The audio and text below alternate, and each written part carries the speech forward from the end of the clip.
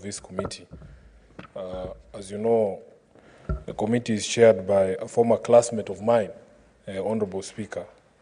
And it is such bold decisions that make me proud of being a member of this House, that we can look at legislation objectively and say we have issues with this proposed legislation and that we cannot support it. In fact, some of us have taken a position on previous legislation that has been sponsored to this House or originated from the National Assembly, that if a bill is unconstitutional, you should not even entertain the thought of subjecting it to a third reading where you then introduce amendments, because our position in the minority is that you cannot introduce any amendments to breathe life into an unconstitutional bill, and that an unconstitutional bill should be dealt with forthright from the beginning as an unconstitutional bill.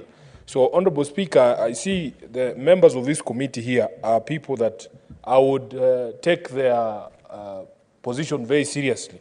I see that Senator Catherine Muma is a member here, Senator Veronica Maina, and of course Andrew Omtata Okoiti, people whose advice on the constitutionality or otherwise of any piece of legislation I take very seriously. Honorable Speaker, there are 3 or 4 examples that I wanted to give, and I saw that the chair of the committee himself ran us through as a House some of those unconstitutional provisions, and this is what led to the conclusion by the committee that we as a House cannot abide by some of these proposals. But I want to challenge the committee that after we reject this bill, I think one of the problems we allow ourselves to get into, Honorable Speaker, is to allow such bills to originate from the National Assembly. How do they beat us to originating such legislation?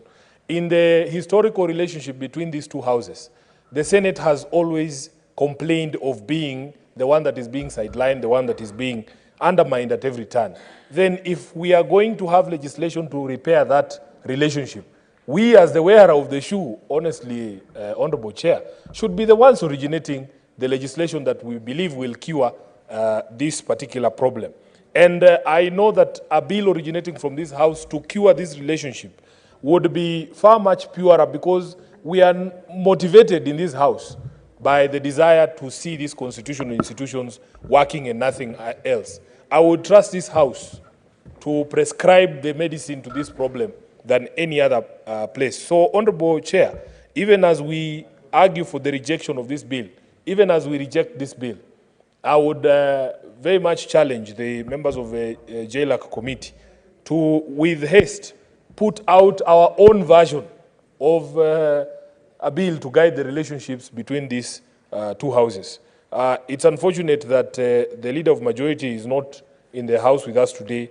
Honorable Cheruyot is somebody who has walked this journey of the relationship of these two houses, including the interpretation of Article 110, the matter that is before the Supreme Court, and what needs to be done.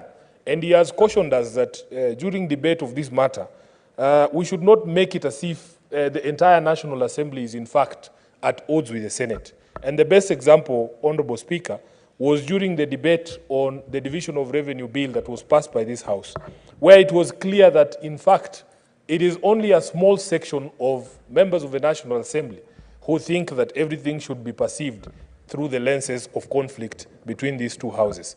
But a vast majority of the members of the National Assembly, and you will see this demonstrated, Honorable Speaker, when we go to mediation over the Division of Revenue Bill, there are people who actually believe in devolution and making sure that these institutions of devolution, including the Senate, work.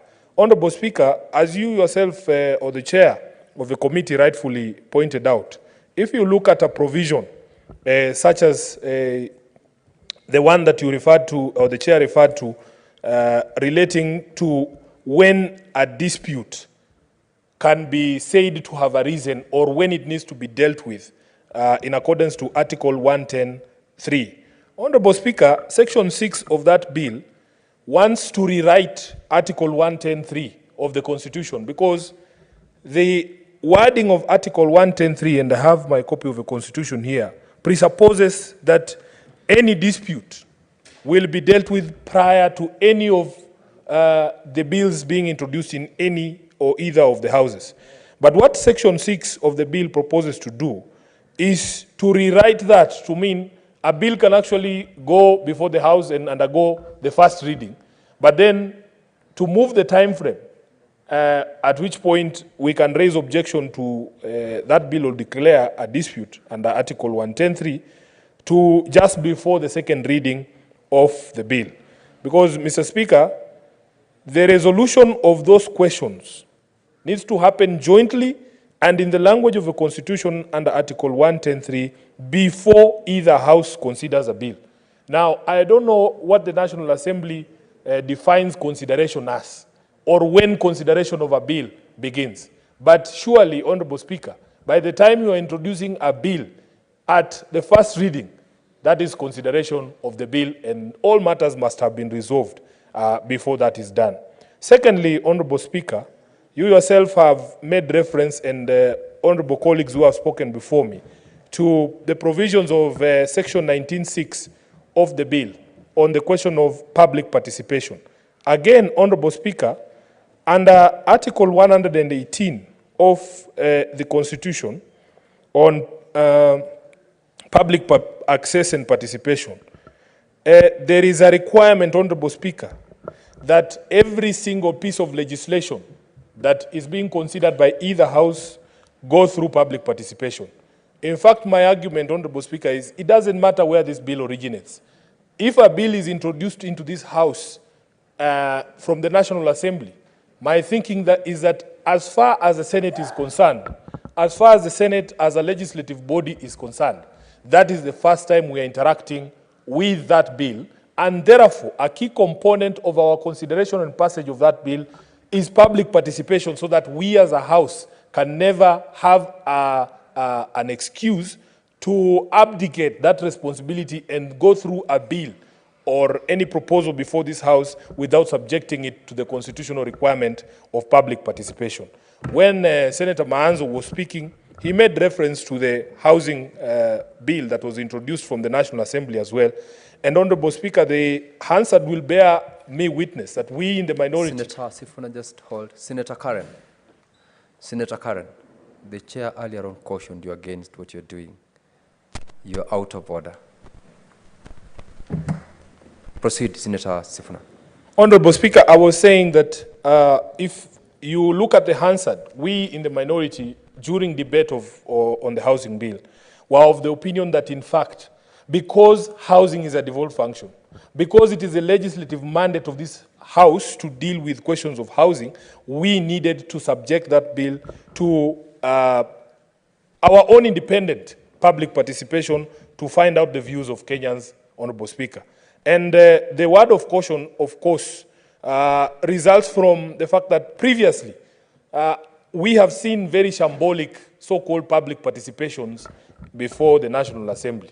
And in fact, Mr. Speaker, one of our biggest shame as a nation was where public participation is conducted on a bill before the National Assembly, specifically the Finance Bill of 2023. 99% of the people appear before the committee, relevant committee, and oppose the provisions of that bill. And in the end, all of those proposals, all of those suggestions from ordinary Kenyans, from the Kenya Association of Manufacturers, from